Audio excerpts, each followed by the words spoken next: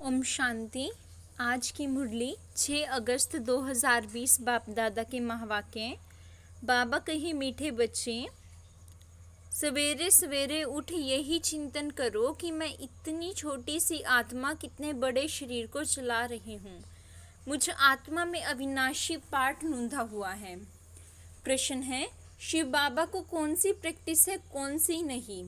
उत्तर है, आत्मा का ज्ञान रत्नों से श्रृंगार करने की प्रैक्टिस शिव बाबा को है। बाकी शरीर का श्रृंगार करने की प्रैक्टिस उन्हें नहीं, क्योंकि बाबा कहते मुझे तो अपना शरीर है नहीं, मैं इनका शरीर भर किराए पर लेता हूँ, लेकिन इस शरीर का श्रृंगार यह आत्मा स्वयं करती, मैं नहीं करता। मैं तो सदा अशरीरी हूँ। गीत है, बदल जाए दुनिया ना बदलेंगे हम। ओम शांति। बच्चों ने ये गीत सुना, किसने सुना? आत्मा ने इन शरीर के कानों द्वारा सुना। बच्चों को भी यह मालूम पड़ा कि आत्मा कितनी छोटी है। वह आत्मा इस शरीर में नहीं है तो शरीर कोई काम का नहीं रहता। कितनी छोटी आत्मा के आधार पर यह कितना बड़ा शरीर चलता है। दुनिया में किसी को भी पता नहीं है कि आत्मा क्या चीज़ है जो इस रथ पर विराजमान होती है। अकाल मूर्त आत्मा का ये तख्त है। बच्चों को भी यह ज्ञान मिलता है। कितना रमणीक रहस्य युक्त है। जब कोई ऐसी रहस्य युक्त बात सुनी जाती है तो चिंतन चलता है। तुम बच्चों को भी यही चिंतन चलता है। इतनी छोटी सी आत्मा है, इतने बड़े शरीर में। आत्मा में 84 जन्मों का पाठ नूंधा हुआ है। शरीर तो विनाश हो जाता है, बाकी आत्मा रहती है। यह बड़ी विचार की बातें हैं। सवेरे उठकर यह ख्याल करना चाहिए। बच्चों को स्मृति आई है कितनी कितनी छोटी है। उनको अविनाशी पाठ मिला हुआ है। मैं आत्मा कितनी वंडरफुल हूँ, यह नया ज्ञान है जो दुनिया में किसी को भी पता नहीं। बाप ही आकर बतलाते हैं जो सिमरन करना होता है। हम कितनी छोटी सी आत्मा कैसे पाठ बजाती हैं। शरीर 5 तत्वों का बनता है। बाबा को थोड़े ही मालूम पड़ता है शिव बाबा की आत्मा कैसे आती जाती है। ऐसे भी नहीं, सदैव इसमें रहती है। तो यह चिंतन करना है। तुम बच्चों को बाप ऐसा ज्ञान देते हैं जो कभी कोई मिल ना सके। तुम जानते हो बरोबर यह ज्ञान इनकी आत्मा में नहीं था, और सत्संगों में ऐसी ऐसी बातों पर कोई का ख्याल नहीं रहता है। आत्मा और परमात्मा का रिंचक भी ज्ञान नहीं है। कोई भी साधु सन्यासी आदि ये थोड़े ही समझते हैं कि हम आत्मा शरीर द्वारा इनको मंत्र देती हैं। आत्मा शरीर द्वारा शास्त्र पढ़ती हैं। एक भी मनुष्य मात्र आत्म अभिमानी नहीं है। आत्मा का ज्ञान कोई को है नहीं, तो फिर बाप का ज्ञान कैसे होगा? तुम बच्चे जानते हो हम आत्माओं को बाप कहते हैं। मीठे मीठे बच्चों, तुम कितना समझदार बन रहे हो। ऐसा कोई मनुष्य नहीं जो समझे कि इस शरीर में जो आत्मा है उनको परमपिता परमात्मा बैठ पढ़ाते हैं। कितनी समझने की बातें हैं, परंतु फिर भी धंधे आदि में जाने से भूल जाते हैं। पहले तो बाप आत्मा का ज्ञान देते हैं जो कोई भी मनुष्य मात्र को नहीं है। गायन भी है ना, आत्माएं परमात्मा अलग रहे बहुकाल, हिसाब है ना। तुम बच्चे जानते हो आत्मा ही बोलती है शरीर द्वारा। आत्मा ही शरीर द्वारा अच्छे व बुरे काम करती है। बाप आकर आत्माओं को कितना गुलगुल बनाते हैं। पहले पहले तो बाप कहते हैं सवेरे सवेरे उठकर यही प्रैक्टिस व ख्याल करो कि आत्मा क्या है जो इस शरीर द्वारा सुनती है। आत्मा का बाप परम पिता परमात्मा है, जिसको पतित पावन ज्ञान का सागर कहते हैं। फिर कोई मनुष्य को सुख का सागर, शांति का सागर कैसे कह सकते? क्या लक्ष्मी नारायण को कहेंगे सदैव पवित्रता का सागर? नहीं, एक बाप ही सदैव पवित्रता का सागर है। मनुष्य तो सिर्फ भक्ति मार्ग के शास्त्रों का बैठ वर्णन करते हैं, प्रैक्टिकल अनुभव नहीं है। ऐसे नहीं समझेंगे। हम आत्मा इस शरीर से बाप की महिमा करते हैं। वह हमारा बहुत मीठा बाबा है, वही सुख देने वाला है। बाप कहते हैं, ही आत्माएं अब मेरी मत पर चलो। ये अविनाशी आत्मा को अविनाशी बाप द्वारा अविनाशी मत मिलती है। वह विनाशी शरीरधारियों को विनाशी शरीरधारियों की ही मत मिलती है। सतयुग में तो तुम यहाँ की प्रारब्ध पाते हो, वहाँ कभी उल्टी मत मिलती ही नहीं। अभी की श्रीमती अविनाशी बन जाती है जो आधा कल्प चलती है। यह नया ज्ञान है। कितनी बुद्धि चाहिए इसको ग्रहण करने की और एक्ट में आना चाहिए। जिन्होंने शुरू से भक्ति की होगी वही अच्छी रीति धारण कर सकेंगे, ये समझना चाहिए। अगर हमारी बुद्धि में ठीक रीति धारणा नहीं होती है तो ज़रूर शुरू में हमने भक्ति नहीं की है। बाप कहते हैं कुछ भी नहीं समझते हो तो बाप से पूछो, क्योंकि बाप है अविनाशी सर्जन। उनको सुप्रीम सोल भी कहा जाता है। आत्मा पवित्र बनती है तो उनकी महिमा होती है। आत्मा की महिमा है तो शरीर की भी महिमा होती है। आत्मा तमो प्रधान है तो शरीर की भी महिमा नहीं। इस समय तुम बच्चों को बहुत गुह्य बुद्धि मिलती है, आत्मा को ही मिलती है। आत्मा को कितना मीठा बनना चाहिए, सबको सुख देना चाहिए। बाबा कितना मीठा है, आत्माओं को भी बहुत मीठा बनाते हैं। आत्मा कोई भी अकर्तव्य कार्य ना करे, ये प्रैक्टिस करनी है। चेक करना है कि मेरे से कोई अकर्तव्य तो नहीं होता है। शिव बाबा कभी अकर्तव्य कार्य करेंगे? नहीं, वह आते ही हैं उत्तम से उत्तम कल्याणकारी कार्य करने, सबको सद्गति देते हैं। तो जो बाप कर्तव्य करते हैं, बच्चों को भी ऐसा कर्तव्य करना चाहिए। यह भी समझाया है, जिसने शुरू से लेकर बहुत भक्ति की है उनकी बुद्धि में ही यह ज्ञान ठहरेगा। अभी भी देवताओं के ढेर भक्त हैं, अपना सिर देने के लिए भी तैयार रहते हैं। बहुत भक्ति करने वालों के पिछाड़ी कम भक्ति करने वाले लटकते रहते हैं, उनकी महिमा गाते हैं। उनका तो स्थूल में सब देखने में आता है, यहाँ तुम हो गुप्त। तुम्हारी बुद्धि में सृष्टि के आदि मध्य अंत का सारा ज्ञान है। यह भी बच्चों को मालूम है। बाबा हमको पढ़ाने आए हैं। अब फिर हम घर जाएंगे जहाँ सब आत्माएं आती हैं, वह हमारा घर है। वहाँ शरीर ही नहीं तो आवाज़ कैसे हो। आत्मा के बना शरीर जड़ बन जाता है। मनुष्य को शरीर में कितना मोह रहता है। आत्मा शरीर से निकल गई तो बाकी 5 तत्व उन पर भी कितना लव रहता है। स्त्री पति की चिता पर चढ़ने लिए तैयार हो जाती है, कितना मोह रहता है शरीर में। अभी तुम समझते हो नष्टो मोह होना है सारी दुनिया से। ये शरीर तो खत्म होना है, तो उनसे मोह निकल जाना चाहिए। परंतु बहुत मोह रहता है। ब्राह्मणों को खिलाते हैं, याद करते हैं फलाने का श्राद्ध है, अब वह थोड़े ही खा सकते हैं। तुम बच्चों को तो अब इन बातों से अलग हो जाना चाहिए। ड्रामा में हर एक अपना पार्ट बजाते हैं। इस समय तुमको ज्ञान है, तुमको नष्टो मोहा बनना है। मोहजीत राजा की भी कहानी है, और कोई मोहजीत राजा होता नहीं। ये तो कथाएं बहुत बनाई हैं, वहाँ अकाले मृत्यु होती नहीं तो पूछने की भी बात नहीं रहती।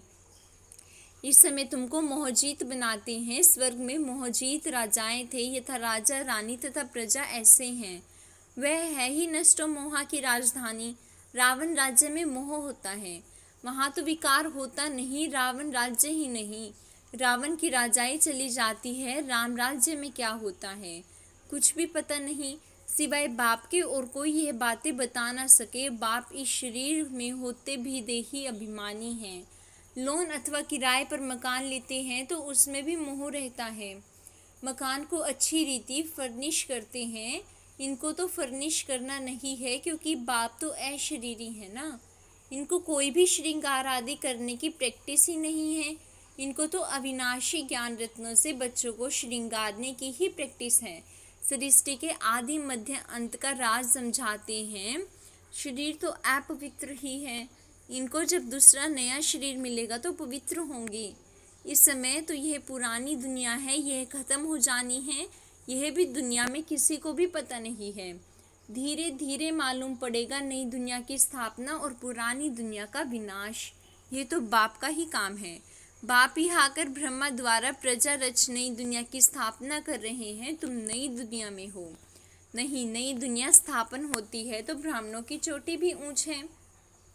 बाबा ने समझाया है, बाबा के सम्मुख आते हो तो पहले यह याद करना है कि हम ईश्वर बाप के सम्मुख जाते हैं। शिव बाबा तो निराकार हैं, उनके सम्मुख हम कैसे जाएं? तो उस बाप को याद कर फिर बाप के सम्मुख आना है। तुम जानते हो वह इसमें बैठा हुआ है। यह शरीर तो पतित है। शिव बाबा की याद में ना रहे कोई काम करते हो तो पाप लग जाता है। हम शिव बाबा के पास जाते हैं, फिर दूसरे जन्म में दूसरे संबंधी होंगे, वहाँ देवताओं की गोद में जाएंगे। यह ईश्वरीय गोद एक ही बार मिलती है। मुख से कहते हैं बाबा हम आपको आपका हो चुके, बहुत हैं जिन्होंने कभी देखा भी नहीं है। बाहर में रहते हैं, लिखते हैं, शिव बाबा हम आपकी गोद के बच्चे हो चुके हैं। बुद्धि में ज्ञान है, आत्मा कहती है हम शिव बाबा के बन चुके। इनके पहले हम पतित की गोद के थे, भविष्य में पवित्र देवता की गोद में जाएंगे। यह जन्म दुर्लभ है। हीरे जैसा तुम यहाँ संगम युग पर बनते हो। संगम युग कोई उस पानी के सागर और नदियों को नहीं कहा जाता, रात दिन का फर्क है। ब्रह्मपुत्र बड़े तो बड़ी नदी है जो सागर में मिलती हैं। नदियाँ जाकर सागर में पड़ती हैं। तुम भी सागर से निकली हुई ज्ञान नदी हो। ज्ञान सागर शिव बाबा है। बड़े से बड़ी नदी है ब्रह्मपुत्र, इनका नाम ब्रह्मा है। सागर से इनका कितना मेल है तुमको मालूम है? नदियाँ कहाँ से निकलती हैं? सागर से ही निकलती हैं, फिर सागर में ही पड़ती हैं। सागर से मीठा पानी खींचते हैं सागर के बच्चे, फिर सागर में जाकर मिलते हैं। तुम भी ज्ञान सागर से निकली हो, फिर सब वहाँ चली जाएंगी। वहाँ वह रहते हैं, वहाँ तुम आत्माएं भी रहती हो। ज्ञान सागर आकर तुमको पवित्र मीठा बनाते हैं। आत्मा जो खारी बन गई है उनको मीठा बनाते हैं। 5 विकारों रूपी छीछी नमकीन तुमसे निकल जाती है तो तुम तमो प्रधान से सतो प्रधान बन जाते हो। बाप पुरुषार्थ बहुत कराते हैं। तुम कितने सतो प्रधान थे, स्वर्ग में थे, तुम बिल्कुल छीछी बन गई हो। रावण ने तुमको क्या बनाया है? भारत में ही गाया जाता है, हीरे जैसा जन्म अमलोक। बाप कहते रहते हैं तुम कोड़ियों पिछाड़ी क्यों हैरान होती हो? कोड़ियाँ पिछाड़ी, कोड़ियाँ भी जास्ती थोड़े ही चाहिए, गरीब झट समझ जाते हैं। साहूकार तो कहते हैं अभी हमारे लिए यहाँ ही स्वर्ग है। तुम बच्चे जानते हो जो भी मनुष्य मात्र हैं सब इस समय कोड़ी जैसा जन्म है। हम भी ऐसे थे। अभी बाबा हमको क्या बनाते हैं? एम ऑब्जेक्ट तो है ना, हम नर से नारायण बनते हैं। भारत अब कोड़ी जैसा कंगाल है, भारतवासी खुद थोड़े ही जानते हैं। यहाँ तुम कितने साधारण अबलाएं हो। कोई बड़ा आदमी होगा तो उनको यहाँ बैठने की दिल नहीं होगी। जहाँ बड़े बड़े आदमी, सन्यासी, गुरु आदि लोग होंगे वहाँ की बड़ी बड़ी सभाओं में जाएंगे। बाप भी कहते हैं मैं गरीब निवाज हूँ। कहते हैं भगवान गरीबों की रक्षा करते हैं। अभी तुम जानते हो हम कितने साहूकार थे, अभी फिर बनते हैं। बाबा लिखते भी हैं तुम पद्मा पद्मपति बनते हो। वहाँ पर मारा मारी नहीं होती है। यहाँ तो देखो पैसे के पीछे कितनी मारा मारी है, रिश्वत कितनी मिलती है। पैसे तो मनुष्यों को चाहिए ना। तुम बच्चे जानते हो बाबा हमारा खजाना भरपूर कर देते हैं। आधा कलब के लिए जितना चाहिए उतना धन लो, परंतु पुरुषार्थ पूरा करो, गफलत नहीं करो। कहा जाता है ना फॉलो फादर, फादर को फॉलो करो तो यह जाकर बनेंगे। नर से नारायण, नारी से लक्ष्मी, बड़ा भारी इम्तिहान है। इसमें ज़रा भी गफलत नहीं करनी चाहिए। बाप श्रीमत देते हैं तो फिर उस पर चलना है। कायदे कानून का उल्लंघन नहीं करना है। श्रीमत से ही तुम श्री बनते हो। मंजिल बहुत बड़ी है। अपना रोज का खाता रखो। कमाई की याद नुकसान किया। बाप को कितना याद किया, कितने को रास्ता बताया। अंधों की लाठी तुम हो ना, तुमको ज्ञान का तीसरा नेत्र मिलता है। अच्छा, मीठे मीठे सिकिले दे बच्चों प्रति माता पिता बाप दादाजी को दिल व जान से सिकवा प्रेम से श्रद्धा भरे नमस्ते। सदा रहेंगे हंसते, हम बन गए फरिश्ते, सदा रहेंगे उड़ते। वाह बाबा वाह, शुक्रिया बाबा शुक्रिया। धारणा के लिए मुख्य सार, जैसा बाप मीठा है ऐसे मीठा बन सबको सुख देना है। कोई भी अकर्तव्य कार्य नहीं करना है, उत्तम से उत्तम कल्याण का ही कार्य करना है। दूसरा है कोड़ियों के पिछाड़ी हैरान नहीं होना है, पुरुषार्थ कर अपनी जीवन हीरे जैसा बनानी है, गफलत नहीं करनी है। वरदान है चैलेंज और प्रैक्टिकल की समानता द्वारा स्वयं को पापों से सेफ रखने वाले विश्व सेवाधारी भव। चैलेंज और प्रैक्टिकल की समानता द्वारा स्वयं को पापों से सेव रखने वाले विश्व सेवाधारी भव। आप बच्चे जो चैलेंज करते हो उस चैलेंज और प्रैक्टिकल जीवन में समानता हो, नहीं तो पुण्य आत्मा के बजाय भोज वाली आत्मा बन जाएंगी। इस पाप और पुण्य की गति को जानकर स्वयं को सेफ रखो, क्योंकि संकल्प में भी किसी भी विकार की कमजोरी, व्यर्थ बोल, व्यर्थ भावना, घृणा व ईर्ष्या की भावना पाप के खाते को बढ़ाती है। इसीलिए पुण्य आत्मा भव के वरदान द्वारा स्वयं को सेफ रख विश्व सेवाधारी बनो। संगठित रूप में एकमत एक रस स्थिति का अनुभव कराओ। स्लोगन है, पवित्रता की क्षमा चारों ओर जलाओ तो बाप को सहज देख सकेंगे। पवित्रता की क्षमा चारों ओर जलाओ तो बाप को सहज देख सकेंगे। ओम शांति।